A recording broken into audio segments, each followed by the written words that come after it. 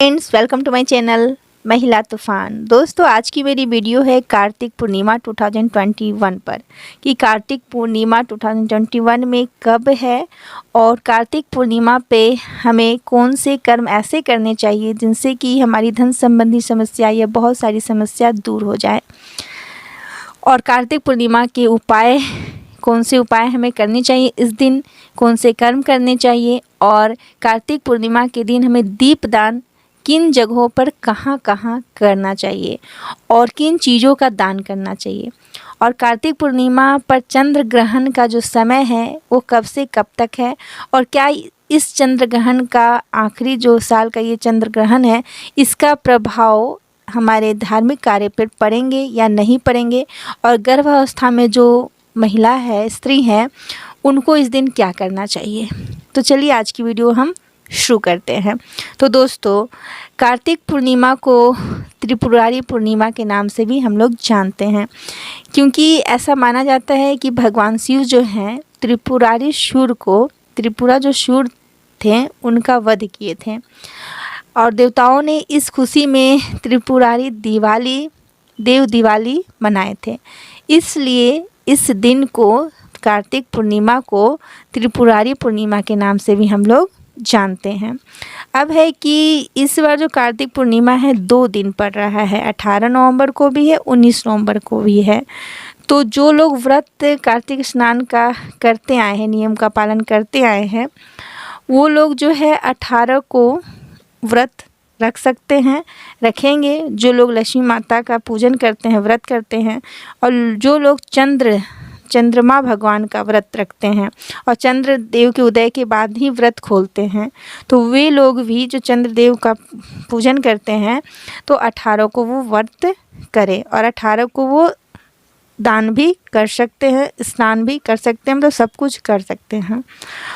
और जो लोग जैसे कि व्रत नहीं रखते हैं, तो पूजा पाठ करना है, कार्तिक मास का नियम, पूर्णिमा के दिन कुछ पुण्य कमाना चाहते हैं, तो उस दिन जो कार्य करने चाहिए वो कर सकते हैं, उन्हें करना चाहिए।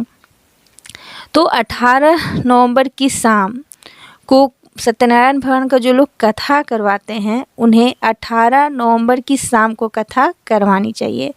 ऐसे जो है 19 नवंबर की सुबह भी आप सत्यनारायण भगवान की कथा करवा सकते हैं। 19 नवंबर को उदया तिथि माना जा रहा है और पूर्णिमा की तिथि का योग है, तो अच्छा योग है माना जा रहा है।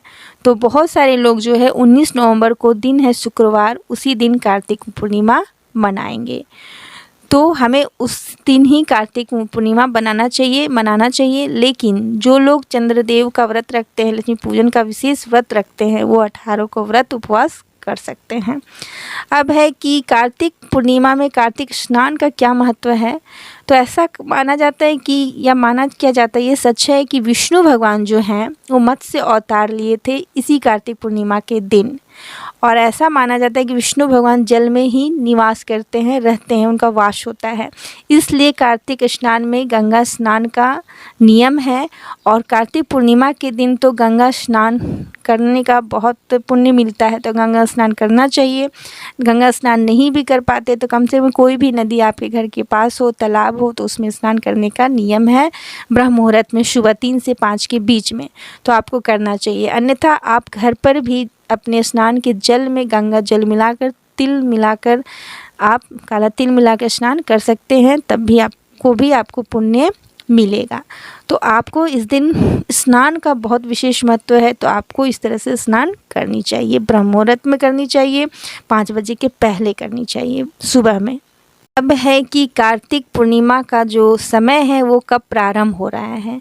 तो 18 नवंबर को प्रारंभ हो रहा है 12 बजे से, और समाप्त हो रहा है 19 नवंबर को 2:26 पर, 2:26 पर। इसीलिए कहा गया है कि जो लोग जो है सत्यनारायण भगवान की कथा अपने घर कार्तिक पूर्णिमा में कहलवाते हैं, तो वो 18 नवंबर की शाम अपने घर कहवा सकते हैं, और 19 नवंबर की सुबह। इससे क्या होगा कि कार्तिक पूर्णिमा को जो समय है उसी में उनके घर सत्यनारायण भगवान की कथा हो जाएगी, पूरी संपन्न हो जाएगी और उन्हें व्रत का, पूजा का, कथा का लाभ मिलेगा। तो इस चीज़ का भी आपको ध्यान रखना है। और कार्तिक पूर्णिमा पर चंद्र ग्रहण कब लग रहा है? तो 19 नवंबर को लग रहा है, प्रातः 11:34 से शाम तक 5:33 तक।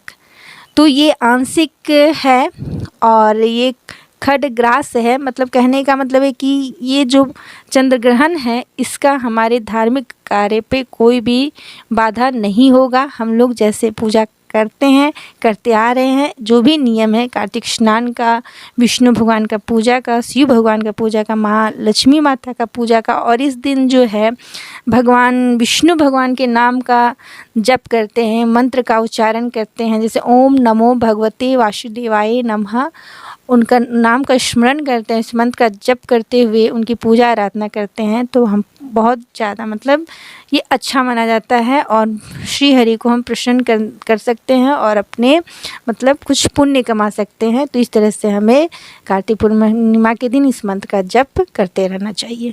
कि कार्तिक पूर्णिमा के दिन दीपदान हमें कहाँ कहाँ करना चाहिए?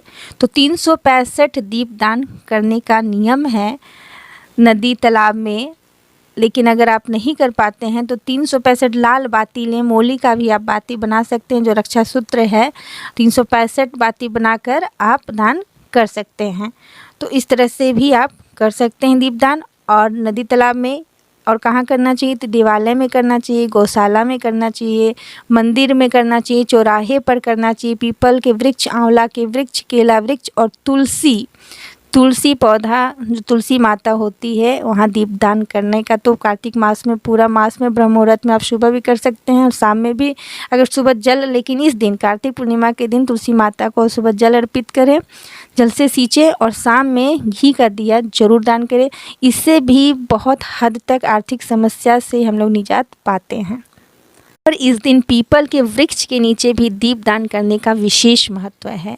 तो सुबह पीपल के वृक्ष में मीठा जल अर्पित करें, जल में आप शक्कर या बतासा, मिश्री डालकर घोलकर आप अर्पित करें, और शाम के समय में आपको घी का दीपक यानी तो तिल का तेल का दीपक भी आप पीपल के वृक्ष में जरूर दान करें कार्तिक पूर्णिमा के दिन।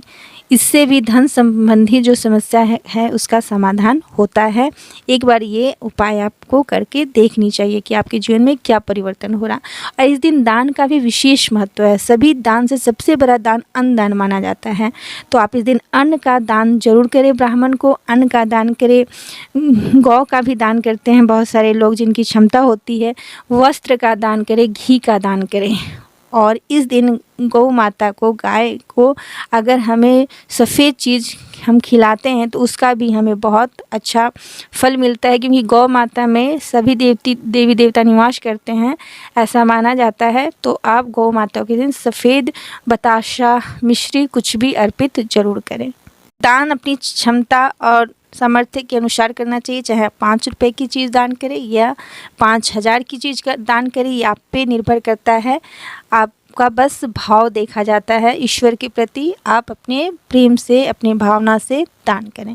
दोस्तों, इस दिन माता लक्ष्मी को प्रसन्न करने के लिए आप सुबह सुबह अपने द्वार पर गंगा जल का छिड़काव करें, या कोई भी जल में जो साफ़ सुथरा जल हो उसमें हल्दी, थोड़ी सी 1 चुटकी हल्दी डालकर अपने द्वार पर पानी से छींटे लगाएं।